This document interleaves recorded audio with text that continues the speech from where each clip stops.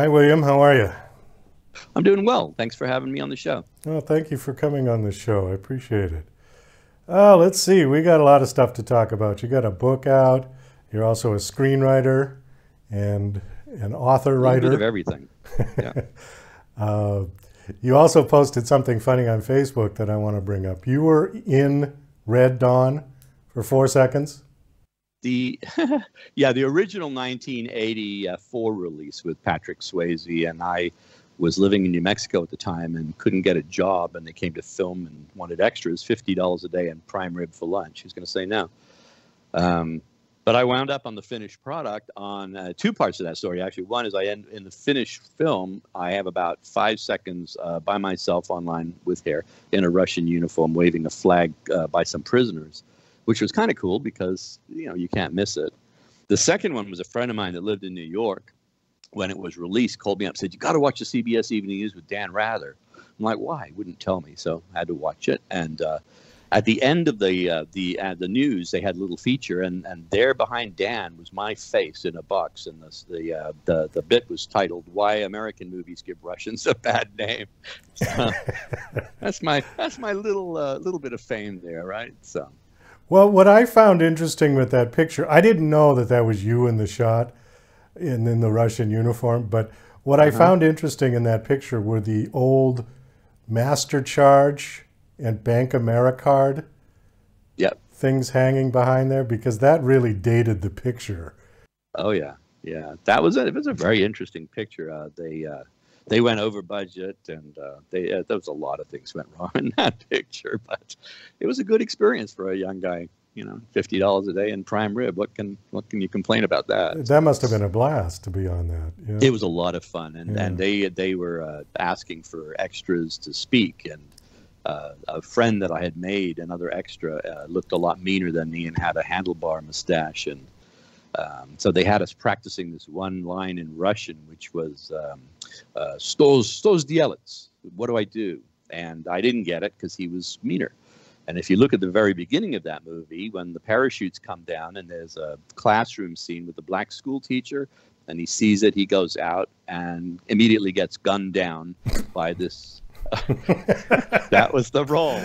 So kind of okay that I didn't get to kill the only black performer in the entire film. But yeah, what can you say? Hollywood. It was fun. It was interesting. Oh, I bet. Did you get to mingle with Patrick Swayze at all? Yeah, actually, after the end of the day, they were the hotel in Las Vegas, New Mexico, which is where they did the filming, and the crew would be at the bar. Charlie Sheen, who was pretty much Charlie Sheen back then.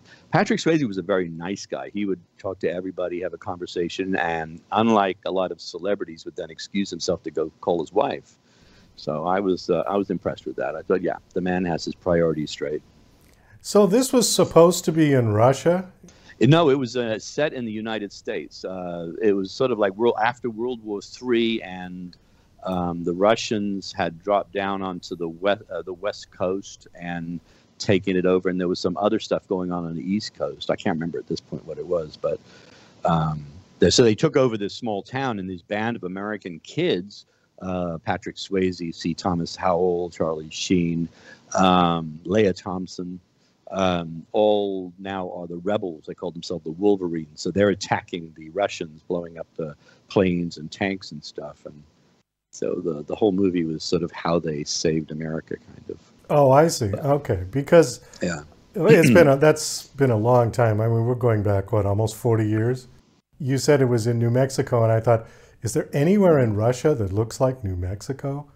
No, no, no, no, Probably no. not. Not even They close. needed a Yeah. couple of seasons because the movie took place over a year, and so it was right at the end of winter, beginning of fall, and so all the extras had different parts. At one time, were dead bodies in the back of a truck, and you try to identify yourself. So, hey, Mom, look, that's me. So, like, my hands are like this. Um, everybody, and then there's crowds of soldiers are running by. It's the same 20 soldiers that are just running behind the camera, coming up again a little later on, and so you get to see a lot of how they made it. But New Mexico served its purpose because it went from snow on the ground to nice, beautiful green springtime and summer, and so it worked well for the different seasons of the movie. So are you a full-time writer? I mean, is that what you do? Yes, I'm a full-time writer. I also publish, I haven't for a while, but Books and Pieces magazine, and I also work with other authors. Um, but this last year, I've pretty much just been writing my own novels. I have, this is book one, The Texas Dead is book one of what will hopefully be a trilogy. The second one's already well underway, which is called American Dead. I won't talk about book three till we get book two out, just in case. All right, tell us a little about Texas Dead. Well, Texas Dead is a murder mystery, and what makes it a little bit different is the lead character is Mackenzie Michaels, who goes by the name of Maxie, and she's a bit of a celebrity detective, very gussied up, smart as a tack, doesn't put up with any nonsense. Her partner is a detective. He's a Jamaican detective, Kobe Jameson, and he's sort of the down-to-earth, keeps you grounded. He's the kind of guy you want around when things are going down because he doesn't lose his cool. And the two of them have to solve this series of murders that have taken place in Corpus Christi. Most of them look like they're a bit of a gang hit, gunshot to the back of the head, but where the book opens, there's a new body, and this one is not killed that way. They have to determine, excuse me, they have to determine why, and that's where the plot sort of gets a little bit more in-depth. That introduces another character, a relative of the dead victim, and so it becomes a trio at that point. And through the book, they have to face a good amount of peril in order to get to a satisfying conclusion and figure this out. You're also a screenwriter, you said, right? I do spec screenplays. What does that mean? What is spec? Well, it means you write them. Nobody's asked you to write them. You write them, you submit them, and they either like them. Sometimes you'll get an option, and they might hold on to it. And most of the time, they just don't want them, which is totally fine. And I like it because screenwriting is very sparse. It's its own style, and you don't waste a lot of words. It's got to flow. So when you read a good screenplay, it's like reading a novel. But what's happening is your brain fills in all the imagery, and you don't feel like you're reading clumsy technical, fade in, interior, exterior. You don't feel like you're reading any of that. You actually just see the story like it's a movie. How that's good with writing is it keeps all the extraneous stuff down, and focuses on exactly how you want the visual for the audience to be, or the reader to be. A lot of problems you have when you write is that you get enamored with what you write. It can become quite complicated, long, flowery descriptions of things that have totally no relevance to anything. And it's easy to get your reader bogged down. Have you ever read a novel, Douglas, where you sit down and you say, I don't want to read this chapter. I want to get to the next one, get to the remaining part of this, what this character's doing. But they always give you that filler chapter of a different B-side story. And I think screenwriting helps you sort of tune that a little sharper. Well, it's interesting you say B-side, because when people make films, they go out and shoot something called B-roll, right, which is transitional kind of imagery or whatever, filler, right?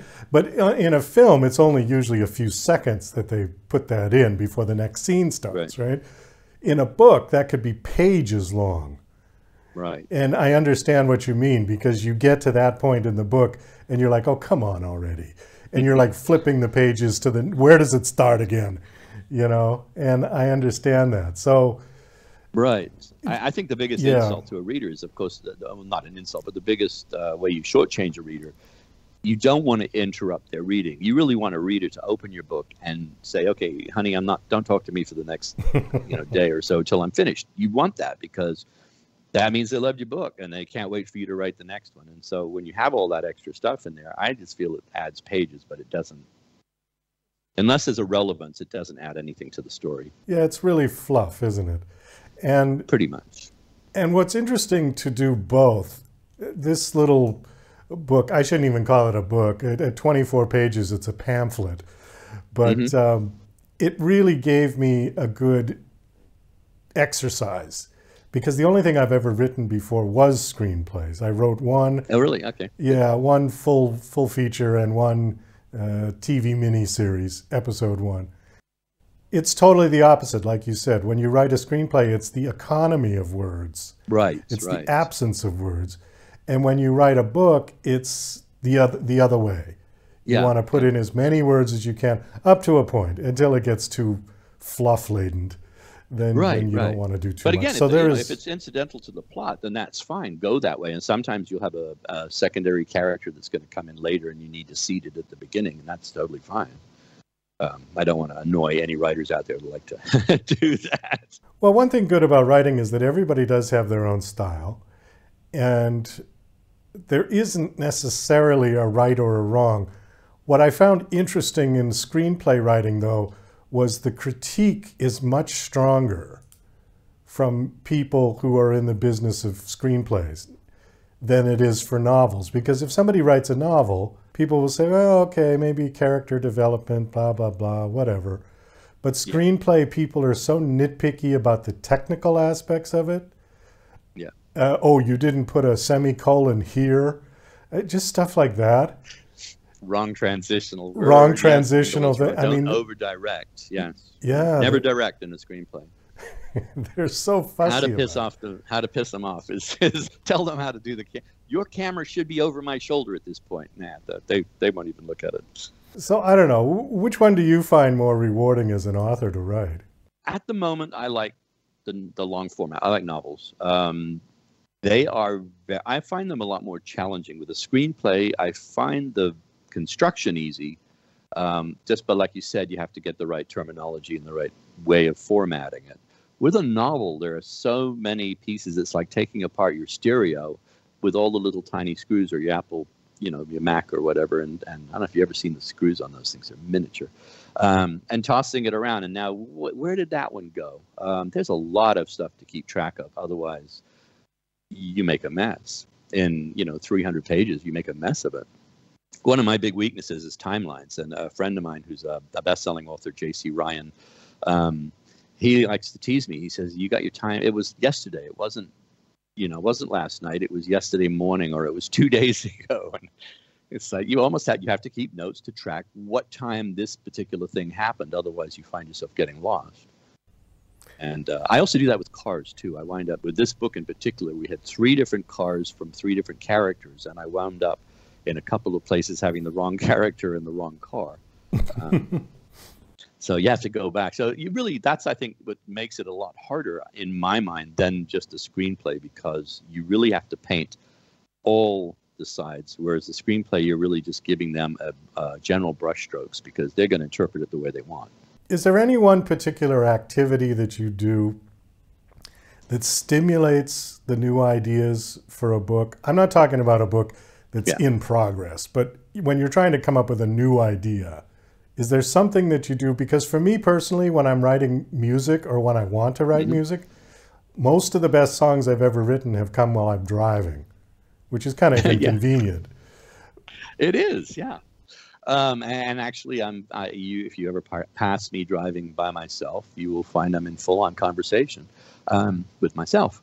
Cars are fantastic, but I like to watch people. I'm a watcher. I like to understand what makes people tick. So I'm the guy in a restaurant watching a couple in the next table and in deciphering what's going on. One time I was in a restaurant with my parents some years back, and there was an older couple and 20-something, young guy, rough, didn't take care of himself very well, and a pretty girl next to him. And the boy, the young guy, was sitting next to the woman, the older woman. So automatically I said, that's a mom, dad, that's their kid, and that's the girlfriend meeting the parents for the first time. So now I can sit back and I can watch the whole thing, and like the way dad's reaction is sort of like, what the hell do you see in my son? And, oh, you're kind of cute. Mom's like really critical, like you can do better than her kind of looks. And you can determine a whole lot of things just by watching. So a lot of ideas actually come from just observation, being out somewhere and something happens. Sometimes from news, sometimes from reading other things, articles, magazines, or books. But and sometimes in the middle of the night, you just wake up, and I'm sure you probably have this with songs. You just wake up in the middle of the night going, oh, that one is good. Yeah, I hate when that happens. For me, it happens right at the point where I'm falling asleep, that sort of twilight moment, just before you go to sleep. And the idea will come in, and I'll go, oh, damn.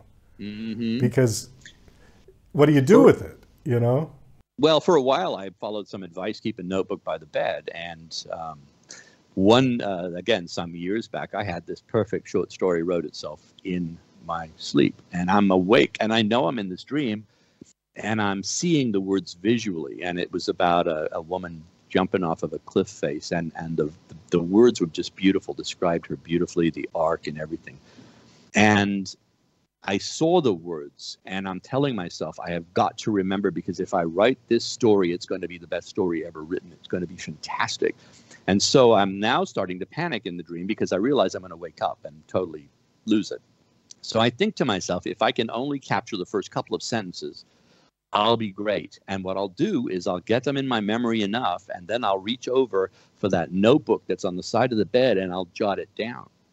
So I'm doing it in my head over and over, the first couple of lines over and over again. And then finally, when I'm feeling confident enough that I've got it, I lean over, I feel the notepad, I get the pen, and I write it down. And I'm trying to be very careful because I know, it's going to be hard to read, but I'm hoping. And finally, I get it out, okay, as much as I can remember, and I fall asleep. So the next morning I wake up and I wake up excited. It's like, I can't wait to look at this. I jump over, grab the notebook, open it up. It's like a page of squiggly lines. But that's it.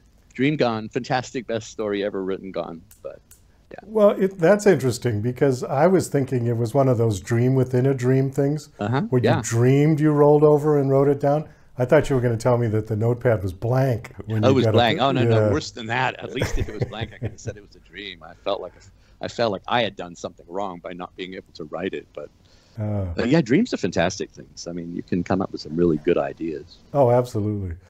Hey, William, we got to wrap this up. We are out of time. Do you have a website that you want to give out? A website? MrWriter.com. MisterWriter.com. Or Gensburger.com, whichever you remember.